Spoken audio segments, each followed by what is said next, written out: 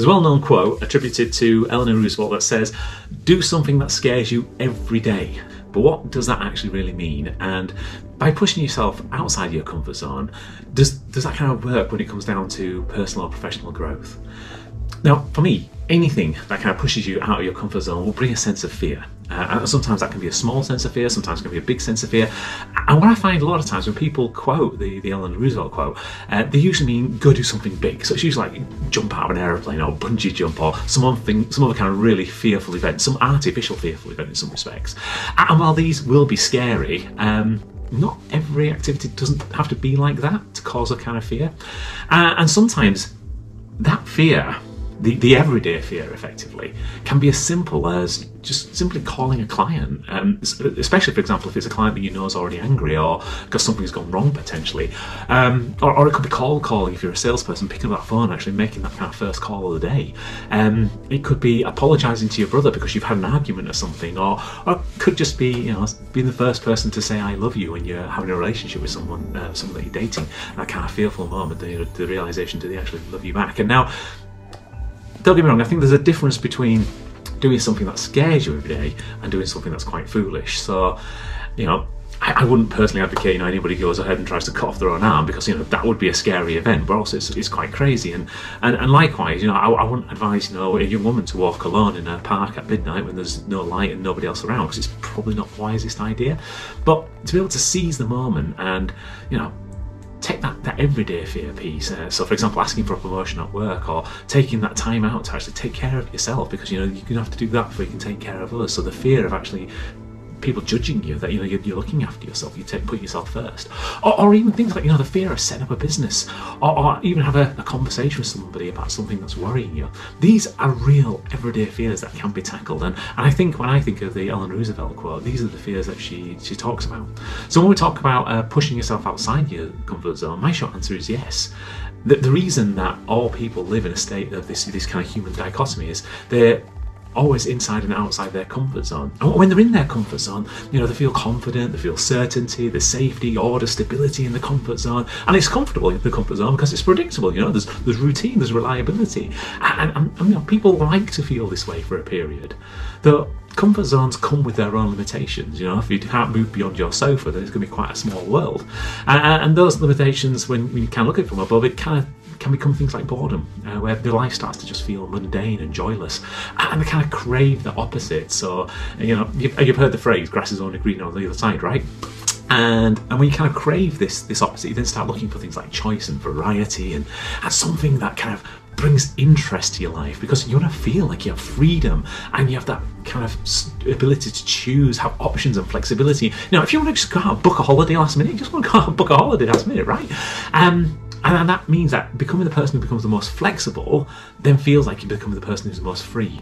But then that flexibility comes with its own cost. That cost is, uncertainty, it's lack of stability. It could potentially create this increase in anxiety and stress, because this state where you're in anxiety or stress is to keep you sharp, though you don't want to get to the point where you're feeling overwhelmed. Because when you get to that point where you're overwhelmed, you kind of then see the hit in your performance, in your health, in your personal life, etc.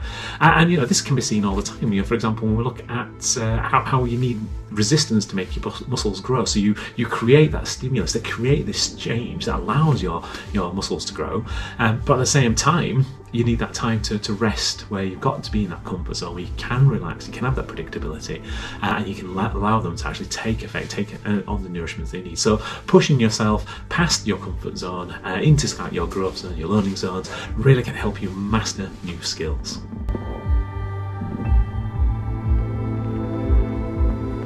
What is my favourite life lessons quote, and why is it relevant? That's a really good question. I think one that's quite personal when we talk about comfort zones is one that I learned when it was kind of making my change back in 2019, and that is that you have to find the mental strength to change and make that change one of your highest values for your transformation to succeed.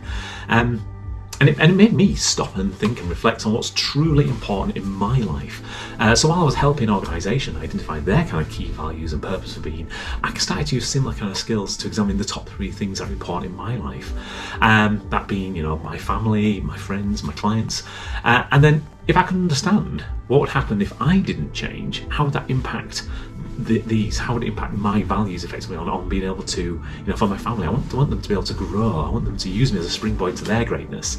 Yet, if I didn't look after myself, then straight away I would become a burden to them. I would become almost like the millstone around their neck, because it would hold them back. If I love spending time with my friends, I love the adventures that we kind of go on, the kind of crazy things that we do.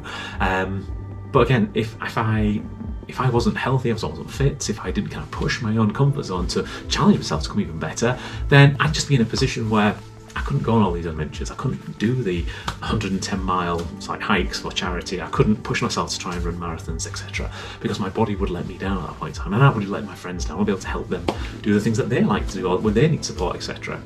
And with my clients, etc., it'd be the same. So if I couldn't perform at my best in my business to be able to work with my clients, then they couldn't get the results that they need, which means that, they'd be lacking and they'd have to go elsewhere, and I would feel like I'm doing them a disservice. So I want to make sure that I'm in the best possible position to be able to do those.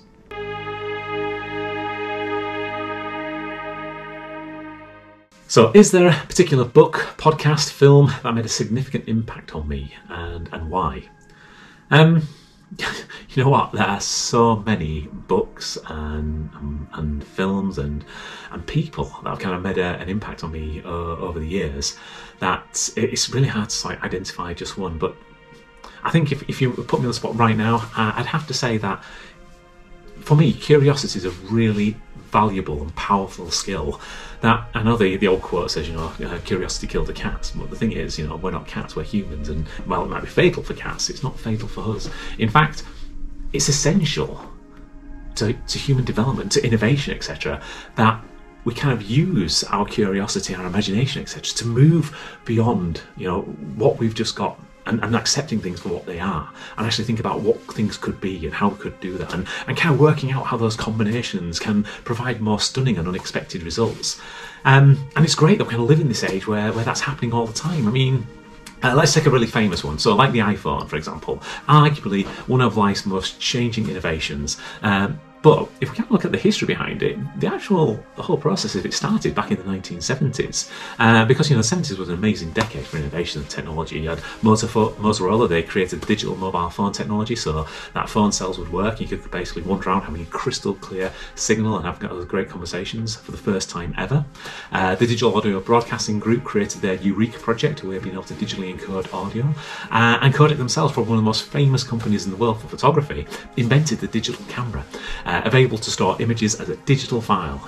But it was 3 decades later when another technology actually combined these bits together to produce the Apple iPhone in 2007, and that's when life really dramatically changed for so many people. You could have this item in your pocket now, a really powerful computer that could do so many things. I've heard people describe it as being a remote studio. I've heard people describe it as being a walking library, as a productivity tool.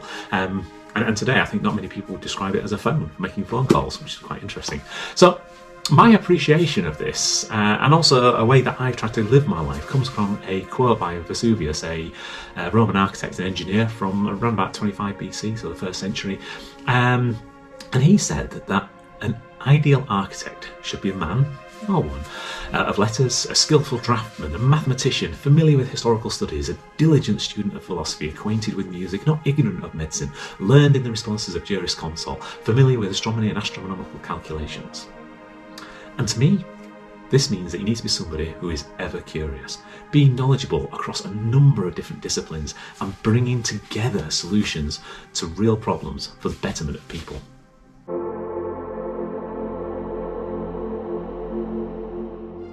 Okay, so what do I actually mean by getting out of your comfort zone? So for me, the comfort zone is a place where people find themselves when they want to have the most certainty.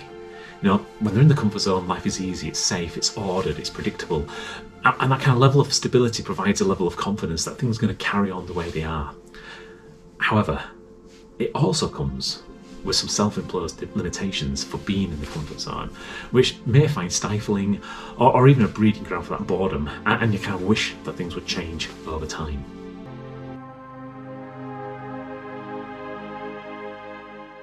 So why do I think it's important to get out of your comfort zone? Well, I think if you just come back to the basics, right? Change happens. It's inevitable. And no matter whether you want to live inside your comfort zone or not, you've got to acknowledge that change is happening around you all the time. And the thing is that this change doesn't stop. It doesn't stop for the people that are living inside the comfort zone, and it's going to happen anyway. And what will then be is it'll feel like it's happening to them. Yeah, and when it's happening to them, then it's going to have those unexpected or undesirable results and things that they don't potentially want to see going on. And in business, it's well known that if you don't grow or innovate, etc., your market starts to shrink. And in your offer that might have been innovative at the time when you first came out of it, starts to become seen as a commodity and eventually becomes irrelevant. And the business just needs to close because it's no longer able to trade profitably. So to get out of your comfort zone means that it's going to allow you to grow. You can take on new challenges, and you can see those kind of challenges become changes, and with them you can achieve even more fulfillment through creation than consumption, because now the change is happening for you, not to you.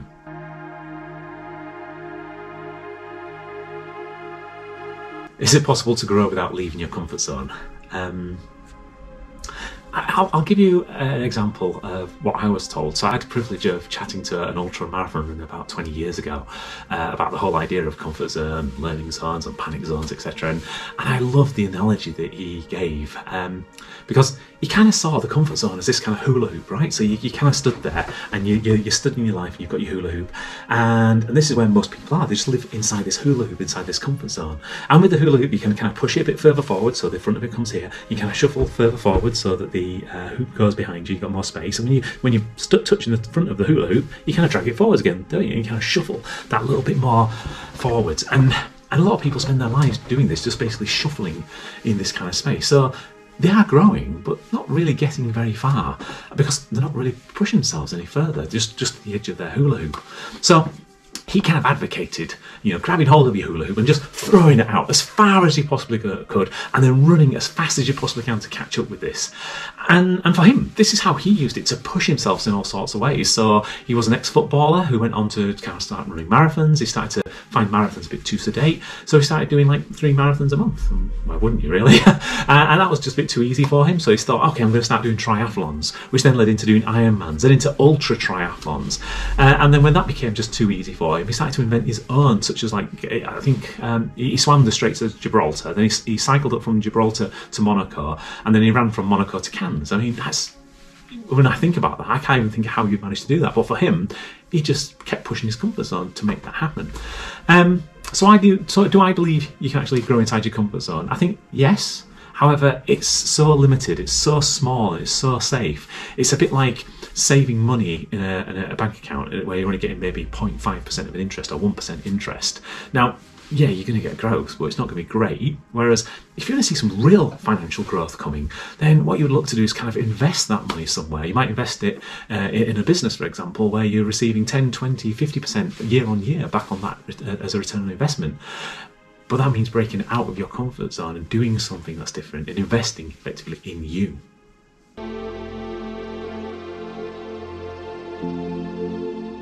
So can I share an anecdote of how I push my own comfort zone? Yeah, there are loads. Crumbs, which one would you choose? Actually, let's go with one that's happened really recently, one that started this year. Because just after New Year, I was laying in bed with my amazing wife Sarah, and she just turned to say that the York 10K run is coming up this year, and perhaps I should run this one. So I turned to her and said, yeah, of course you should go for it. You've been saying you wanted to run a 10K for nearly 10 years now. And she came back and says, oh, I don't know though, it's Miss Birthday this time. What do you mean it's your birthday? This is the universe telling you have to do. You have to go away and apply. Go do it, Sarah. You can do it. Oh, I'm not sure, Martin. I don't know if I can. I'll tell you what. If I run this with you, then we can do it together as part of your birthday, and we just enjoy the experience together. And at that point, we both agreed, and we kind of had a bit of a race in bed, seeing who could actually sign up the quickest to the York 10K. And we did. And then I kind of had that realisation that actually I'm not a runner. I never have been a runner.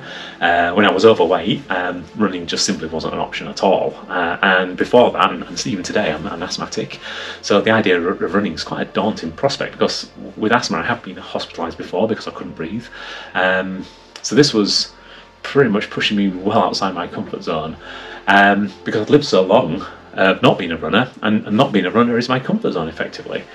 But the thing is, supporting my amazing wife Sarah is far more important to me than anything. It kind of hits one of my 3 core values we spoke about earlier, and that being about my family. So it wasn't easy. We came back from snow sculpting in Naoyo in Japan in February and went straight into training, and those first few training runs I just couldn't breathe. I couldn't do any more than maybe 1 kilometre, and even that was done slowly, and I'd have to stop. Every step would feel like I was going to die, and then to top it off, it would just literally take me hours and hours to recover.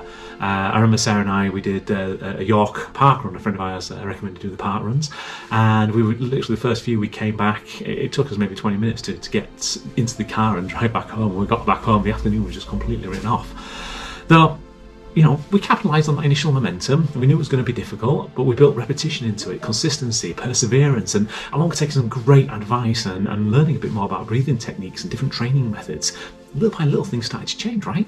So, like I said, we did more park runs. That actually was a recommendation from our accountant home people, so thank you very much, Mark. And we thoroughly enjoyed it, and we made it to runs like 5Ks non-stop within the space of a few weeks. We continued training, etc., and I saw my VO2 max figure, so my kind of lung capacity, grow from 34.8, which was really poor, to start at about 47, which is really good. We managed to complete the York 10K. I did it in under 56 minutes, which was fantastic, under the hour which I was hoping for, and raised money for the RNLI, the Royal National Lifeboat Institute, which, you know, I didn't think was too bad for a non-run at the start of the year.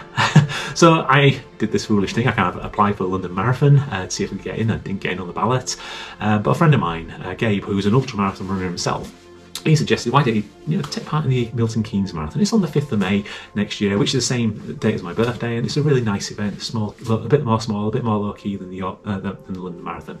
I thought, yeah, why not? And I applied for it, got in, and then I got a message from the race organiser for the York 10K, the Run for All people, who invited me to the Rockborough's Leeds Marathon, and I thought, well, actually, Leeds is my hometown, why not? I should do something like this, and that's on the 11th of May, and I hadn't kind of clocked it was a week after.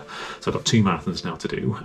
Literally within a week of applying for the Leeds Marathon, I got an email through from Teenage Cancer Trust reaching out to ask if I'd run on their behalf in the London Marathon, raising awareness for their cause and some raising funds as well, which I'm really proud to do, because like most families, you know, ours has been affected by cancer. I lost my uncle, my father's twin brother, to pancreatic cancer. My father's survived thyroid cancer with Bowser skin cancer in the family, but the hardest was probably my cousin's daughter, who was diagnosed with Hodgkin's lymphoma at age 14, and though there was kind of like an initial reprieve, it soon came back, and despite all the best efforts and some expert treatment and support from Teenage Cancer Trust unit in Leeds General Infirmary, she did lose her brave battle 5 years later. So I've never run a marathon before, even at the time of this. I've got no idea if I can complete 1 marathon, let alone 3. Though, you know, I've thrown my metaphorical hula hoop out in front of me, and I'm just going to see how I can literally run to catch up with it.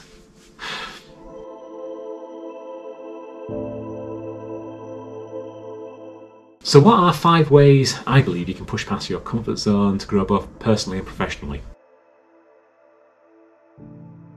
I'd say you need to know your own personal values.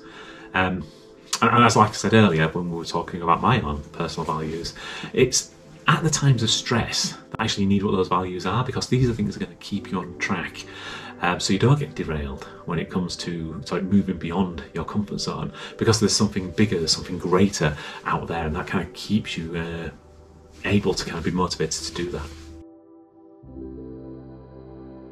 The next thing I think is preparation, because it's like the old project management mantra, you know, fail to plan is planning to fail. And it is so true, because while a plan is never perfect, the planning process is crucial, because when you go through that planning process, you start to understand what's going to be involved and how you can actually make things work. And you build contingency plans around it and understand, what other options you can take. So in those moments where, the comfort zone starts feeling, being in the learning zone or the growth zone starts really feeling hard, you can start looking at those alternative plans and applying those kind of actions so you can start to see those results and track against what you thought might be happening in the future. And this is what business has been doing for years, right? They benefit from it, and even their teams, when they forget what it is they're supposed to do, they go back to the plan and they can re-establish what it is they need to go further forwards. But it's easy that we can forget to apply sometimes these basics of using business actually to ourselves, using the same skills in our own lives as well. So the third thing I would think of is you need to build that support group around you. So the old saying of you are the sum of the people you hang around with is true, because some people have very well-meaning people around them, or potentially not well-meaning people, that just hold them back all the time. They kind of advise them to play it safe, play it small, don't take risks, or they create what's known as the pity party, where everyone's kind of, it's why is everyone against you? You're never going to be able to succeed. Come join us. We don't succeed either because the world's out to get us and things. And these people are kind of, you surround yourself with, they influence you a lot more than you realise, sometimes subconsciously. So if you can actually surround yourself with people that believe in your dreams and are there to encourage you and support you and empower you, provide those kind of moments where you need uplift, and even giving you that kind of uplifting environment where you can grow, then when you've got people like that around with you, people that wanted to help you and have faith in you, then you can't do anything but succeed. In fact, I'd suggest it's essential for you to be able to succeed, to have people around you like that. And that could be, your partner, it could be members of your family, it could be friends, it could be a coach, it could be a mentor. But the key thing is, I would choose wisely, as some people will just like to hold others back and put them down, don't want to see them grow. Whereas some people really love to see the growth in others and want to see you succeed. We can't know what success is unless we know what failure is. And failure is not a bad thing, because you need to have the amount of failures to be able to succeed. If you're not failing, you're not pushing yourself, right? You're still in your comfort zone if you're not failing. But from each one of those failures, it's you haven't failed unless you stop. So you might have heard the adage, you win some, you learn some. So if you can look back on all those events where something stopped you from doing something, or prevented you, or caused you a problem when it's being done that, and you can use those, you can take the advice that they give you to help push you forward. And this happens all the time in business. I mean, for example, when you look at risk management, then when you're looking at risk management, that is saying, okay, well, what kind of things have come up in the past, what potential things could come up in the future, and how can we have ways of being able to work around them. And in fact, I've actually had to do things like that in my own personal life before, when I had to do a speed awareness course a few years ago, for slightly over the speed limit. And part of what they're discussing there is actually being aware of what can trip you up, what caused you problems in the past, so you can prepare for them in the future. And it's interesting to see that other people are still now starting to apply these things. So, for example, if you're trying to improve your diet, improve the way that you're feeding yourself, so your nutrition becomes better, and if tomorrow is bacon sandwich day in the office, then what could you do to actually make that a good choice for yourself? What would be the things that you could do to kind of limit the impact on that? So it could be, for example, if it's bacon sandwich day, you choose a coffee with skimmed milk, or like a skinny latte kind of option.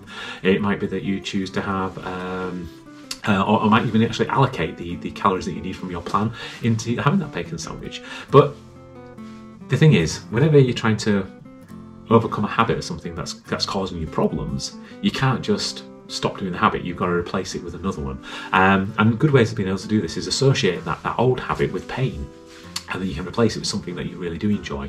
So again, something that some people do is, if they find they are too tempted by chocolate on a night, for example, then don't keep chocolate in the house, keep it in the shop. And then if you really, really, really want the chocolate, you have to go down to the shop, so it creates that little bit more pain.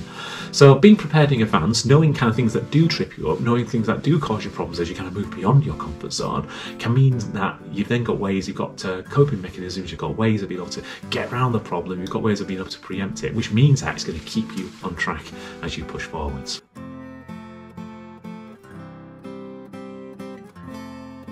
So the fifth point, let's think about that one. It all comes back down to emotions. And everything, every reason why we do things is always about emotions. As much as people like to think that they're logical, the reality is logic only gets you part way there. To really actually make a change, you have to bring in the emotions and the feelings, because we are feeling beings. So think about, what it is that you're trying to achieve when you're pushing your comfort zone, and think about what's the consequences of staying where you are. What's the consequences of staying in the comfort zone, and write down those feelings of the consequences that you're going to have. Whereas also write down what it's going to be like when you do push through your growth zone and you've kind of taken that next level. You've kind of got to create yourself a new normal. What's it going to feel like when you're there? Because your mind's an amazing tool, and any question you give it, it's gonna try to answer it. It's gonna answer it based on your knowledge and previous experiences. So the thing about moving outside your comfort zone is that you might not have previous experiences. So your mind's gonna try and keep you safe all the time. And it's a bit like having the health and safety department in your head, right?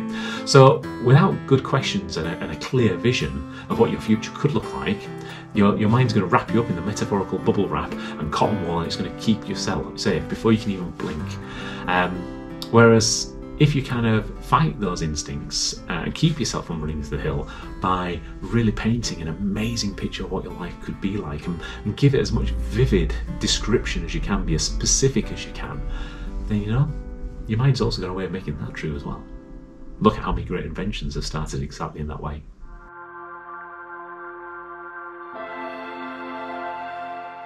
Okay, in my experience, what is the most common barrier for pushing through the comfort zone? I think, in my experience, working on multi-billion pound change and transformation programs from across the world, along with working on performance of individuals, entrepreneurs, business owners, execs, professionals, effective leaders, the main barrier I seem to come across when they're trying to push through their kind of comfort zone is fear. And for me, fear kind of comes in two forms. The first is quite obvious, what if I fail? Which can then trigger, feelings of the fear of loss or judgment or being wrong or rejection, or potentially the fear of a conflict that might come afterwards if, you do fail. But the second is a little bit less obvious, and for me, it's kind of rooted in the fear of, what if I succeed? And while this might sound crazy, it can actually be this fear of the unknown, the anxiety for change, the guilt over something that they may perceive as being a problem, or something they may perceive as being there too good for, potentially. Getting that imposter syndrome, feeling whether they're worthy or not, or if they're not, how can they acknowledge it? How can they kind of really hold it? And that kind of fear of success can really hold an entrepreneur back, really hold a professional back from really shining and showing their full potential. You see, some people, they know what the problem is. They've lived with the problem for so long. They've lived with their issues. They've lived with the lack of success, the mediocre results. They've even created maybe workarounds for them. So when it comes that they have to move into their own light, it actually scares them more, because they have to move away from a world where their crutches, their workarounds, their coping mechanisms, whatever you want to call them, are no longer needed, and they must step into their own limelight. Yet for either of these problems, the solution, though it's not easy, is actually quite simple. And it's about confronting those fears honestly, humbly, and with reverence. Because the thing is, all fears are man-made. It's not something we're born with. It's a story we tell ourselves about a situation that hasn't even happened yet. It acts by attributing a potential future to your primeval mind, that then the primeval mind just tries to avoid it. And then it's doing that because it's its basic instinct. It wants to try and keep you alive. So then this gives you this kind of dual pain. Your pain is your counsellor and your jailer of your actions, binding you to the consequences of inaction, reaction, protraction, and wrong actions. So just like you take a consultative approach to a problem in a business to get out of that, to get out of the kind of fear, pain bind that people find themselves in, they have to ask really powerful questions of themselves, such as, what's the consequence of that inaction, reaction, protraction, wrong action that they're taking? What's the outcome of the right action when they take it? Then they need to explore their fears even more completely, so they can identify and understand which bits are coming out. What is the fear of failure that's stopping them? What's the fear of the unknown that's caused them to do this? What is that kind of feeling of failing to commit to? What's the fear of being judged coming from? What is the fear of being worried about? What are they worried about? What are the fear of losing? What's the fear of conflict? Who's got the fear of conflict with? And what's the fear of not being enough? What has stopped them? What is there not enough about them? And what's the feeling of being poor caused them to do? What's the kind of fear of success? What's that caused them to do? Because when they can clearly identify the fears, the pains, the problems, and they can take control by putting a plan in place which highlights these choices, bringing clarity and confidence and control and certainty back to them, then they can take that leap of faith. And it becomes more than just hope. Because hope just gets you so far. You need to take action to actually get results. And it's action that gets you beyond your comfort zone and gets you to grow.